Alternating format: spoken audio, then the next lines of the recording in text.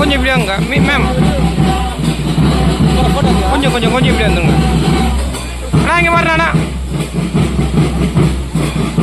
இங்கே வரண்ணா அண்ணா அண்ணா, இங்கே வரண்ணா sir. Camera பாருங்க சார், கேமரா பாருங்க சார்.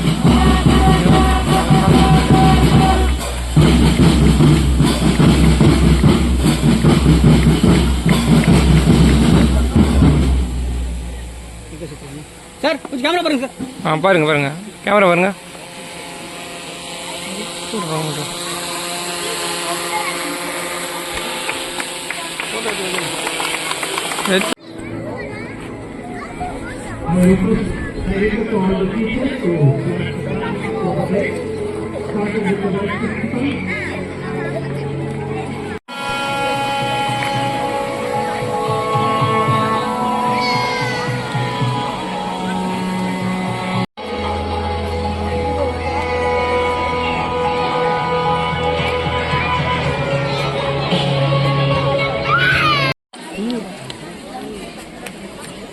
அங்கே ரூபி போய்க்கும்போது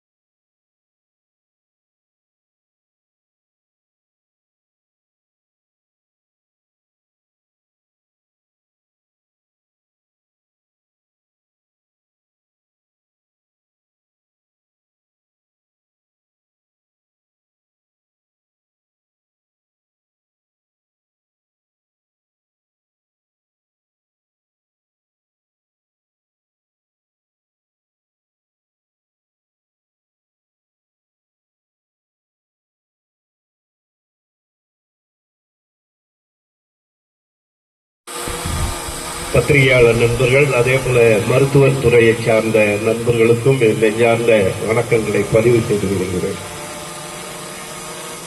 அப்துல் கலாம் ஐயா அவர்களை பற்றி பேச வேண்டும் என்றால் நாள் முழுக்க பேசலாம். குறிப்பாக சில அவருடைய எண்ணங்கள், அவருடைய முயற்சிகள், அவர்களுடைய செயல்பாடுகள், அவருடைய நேர்மை அந்த அளவிலே எடுத்துக்கொண்டோம் என்றால் தன்னம்பிக்கை, விடாமுயற்சி, நேர்மை, இந்த மூன்றுக்கு மட்டும் சில உதாரணங்களை சொல்லலாம்.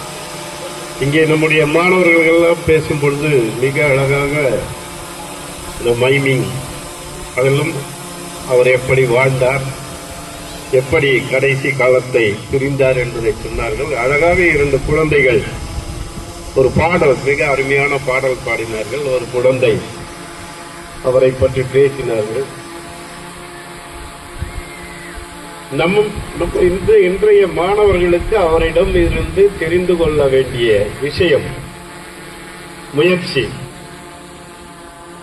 தன்னம்பிக்கை, நேர்மை. இந்த மூணுல தான் நீங்க தெரிஞ்சுக்க வேண்டிய விஷயங்கள்.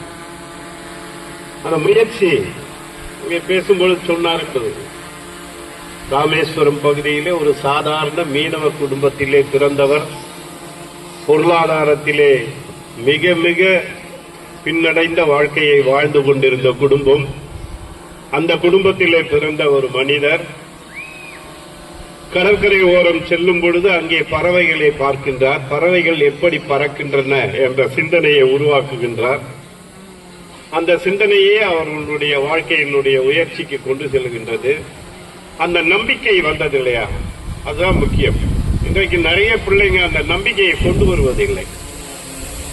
அந்த நம்பிக்கை ஏன் வரவில்லை என்றால் அவர்களுக்கு அந்த தாழ்வு மனப்பான்மை.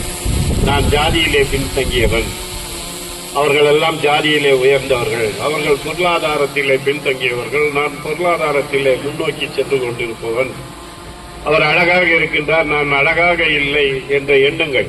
அந்த எண்ணங்களுக்கெல்லாம் அப்பாற்பட்டவர் தான் நம்முடைய கலாம் ஐயா அவர்கள். அவருடைய சமுதாயமாக இருந்தாலும் சரி, பொருளாதாரமாக இருந்தாலும் சரி, வாழ்க்கையிலே அவருடைய உயரமாக இருந்தாலும் சரி, உடல் சாதுவாக இருந்தாலும் சரி, அதையெல்லாம் கடந்து ஒரு நம்பிக்கையை உருவாக்கினார். என்னால் முடியும், நான் செய்வேன் என்கின்ற எண்ணத்தோடு இந்த நாட்டிற்காக நாம் பணியாற்ற வேண்டும் எண்ணத்தோடு வந்தார். முதலில் தான் ஒரு விமானியாக வேண்டும் என்ற எண்ணத்தோடு செல்கின்றார். அந்த தேர்வுக்கு செல்லும் பொழுது அவர் தேர்விலே தோல்வி அடைகின்றார். அவர் விமானியாக்கப்படவில்லை. ஏனென்றால் அவர் உயரம் குறைவு, எடை குறைவாக இருக்கிறார் என்பதற்காக விமானியாக்கப்படவில்லை. அங்கேதான் அவருடைய விடாமுயற்சி ஆரம்பமாகின்றது. நான் விமானியாகவில்லை என்றால் என்ன, என்னால் இந்த விமானத்தையே உருவாக்க முடியும் என்ற எண்ணத்தை அங்கே உருவாக்குகின்றார். அதான் விடாமுயற்சி. விமானி ஆகவில்லை என்றாலும் நான் விமானத்தையே உருவாக்குவேன். உலக நாடுகளிலே நாசா என்பதுதான் ஒரு பெரிய அணுமின் நிலையம் அமைத்திருக்கக்கூடிய பகுதி.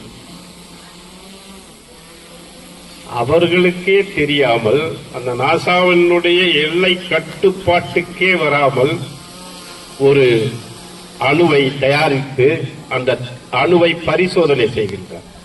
அப்பதான் உலக நாடுகளே திரும்பி பார்க்கிறது, இந்தியாவையே திரும்பி பார்க்கிறது. அந்த விடாமுயற்சி, என்னால் முடியும் என்ற விடாமுயற்சியோடு அதனை செய்தார்.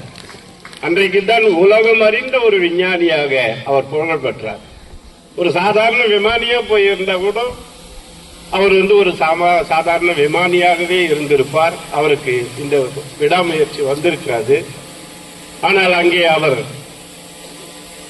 புறக்கணிக்கப்படும் பொழுது அவருடைய விடாமுயற்சி அவரை உலகமே திரும்பி பார்க்கக்கூடிய அளவிற்கு கொண்டு வந்தது. அவருடைய நேர்மை. இந்தியாவின் முதல் குடிமகனாக்கப்படுகிறார். ஜனாதிபதி இந்தியாவின் முதல் குடிமகன் ஆக்கப்படும் பொழுது ஜனாதிபதி மாளிகைக்கு உள்ளே செல்கின்றார். நான் நிறைய சொல்லலாம், நிறைய இருக்கு. ஆனால் 3 விஷயங்களை மட்டும்தான் சொல்லி முடிக்கிறேன் இந்த நேரத்தில்.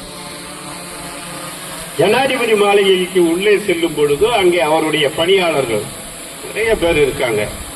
உணவு தயாரிப்பவர்கள், அந்த மாளிகையை சீர்படுத்தி சுத்தம் செய்பவர்கள், மாளிகைக்கு தோட்டம் பராமரிப்பவர்கள், குடிநீர் பராமரிப்பவர்கள், பாதுகாப்பாளர்கள் என்று பல்வேறு நிலைகளிலே அந்த பணியாளர்கள் எல்லாம் இருக்கின்றார்கள். மாளிகைக்கு உள்ளே செல்லும் பொழுது அந்த ஜனாதிபதி மாளிகையினுடைய மரபு, ஒருவர் வருகின்றார்.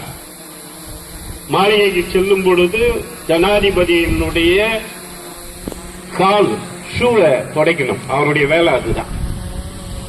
அவர் வெளியே சென்று மாளிகைக்கு உள்ளே வரும் பொழுது தினம் அவர் அந்த காலணிகளை துடைக்கக்கூடிய பணி அவருக்கு. ஆனால் அப்துல் கலாம் ஐயா சொன்னார்கள், என் காலணியை யாரும் துடைக்க வேண்டிய அவசியம் இல்லை என்று சொன்னார்கள். அந்த தொழிலாளி பாய்ந்து போயிட்டான். நமக்கு வேலையே இதுதான். காலையில எந்த நேரத்தில் அவர் மாளிகைக்கு உள்ளே வந்தாலும் அந்த காலணியை துடைக்க வேண்டியதுதான் அவருடைய வேலை. இந்த வேலையும் இல்லை என்று சொல்லிவிட்டாரு. நாம் எங்கே போவது என்ற நிலை அவருக்கு வந்தது. ஆனால் நம்முடைய ஐயா அவர்கள் சொன்னார், நீங்கள் தோட்டத்திலே போய் பணியை பாருங்கள், நீங்கள் வேலையை விட்டு செல்ல வேண்டியதில்லை. இந்த மரபு எனக்கு தேவையில்லை. இந்த மரபு எனக்கு தேவைப்படும் போது உங்களை அடைக்கின்றேன். நீங்கள் இப்பொழுது மற்ற வேலைகளை சென்று கவனிக்கலாம் என்று சொன்னார் நம்ம அப்துல் கலாம் ஐயா அவர்கள். அவருடைய பணிக்காலம் முடிந்தது. பணிக்காலம் முடிந்து அந்த மாளிகையை விட்டு வெளியே வருகின்றார். அப்பொழுது அந்த பணியாளரை அழைத்தார். அந்த காலணியை துடைக்கக்கூடிய பணியாளரை அழைத்து, வாருங்கள், என் காலணியை இப்பொழுது துடையுங்கள் நீங்கள். அவன் அப்படியே பிரமிச்சு போயிட்டான். என்னடா உள்ள வர்றச்ச துடைக்க வேணான்ட்டாரு. அவர் பதவியில் இருந்த காலங்கள் முழுமையும் அந்த வேலையை நாம் செய்யவில்லை. இப்பொழுது வெளியேறும் பொழுது துடைக்க சொல்லுகின்றாரு என்று நினைத்தான். அப்பொழுது சொன்னார் ஐயா அப்துல் கலாம் அவர்கள், அவருடைய நேர்மை, இந்த ஜனாதிபதி மாளிகையில் இருந்து என் ஷூ வழியாக தூசு கூட வெளியே சென்று விடக்கூடாது என்ற எண்ணத்தில் தான் உன்னை துடைக்க சொன்னேன். அதுதான் அவருடைய நேர்மை. மாணவ செல்வங்களே, நீங்கள் அவரிடம் இருந்து தெரிந்து கொள்ள வேண்டிய விஷயங்கள். உங்களுக்கு அன்பானவர் உங்கள் தாய் தந்தையர், அதைவிட அன்பானவர் ஐயா அப்துல் கலாம் அவர்கள். இந்த மாணவர்களுடைய வாழ்க்கையிலே அவர்கள் வெற்றி பெற வேண்டும் எண்ணத்தோடு தன்னுடைய கடைசி நாட்களையும் ஒரு மாணவர்களுடன் கலந்துரையாடலின் போது தன்னுடைய கடைசி காலத்தை முடித்துக் கொண்ட ஒரு நேர்மையான மனிதர் என்றால் அது ஐயா அவர்கள். அதெல்லாம் நீங்கள் புரிந்து கொள்ள வேண்டும். அந்த நம்பிக்கையை உருவாக்குங்கள் மனதிலே. நம்பிக்கையோடு இதை நான் இந்த இலக்கை சென்று அடைவேன் என்ற எண்ணத்தை உருவாக்குங்கள். அது எதுவாக வேண்டுமானாலும் இருக்கலாம்.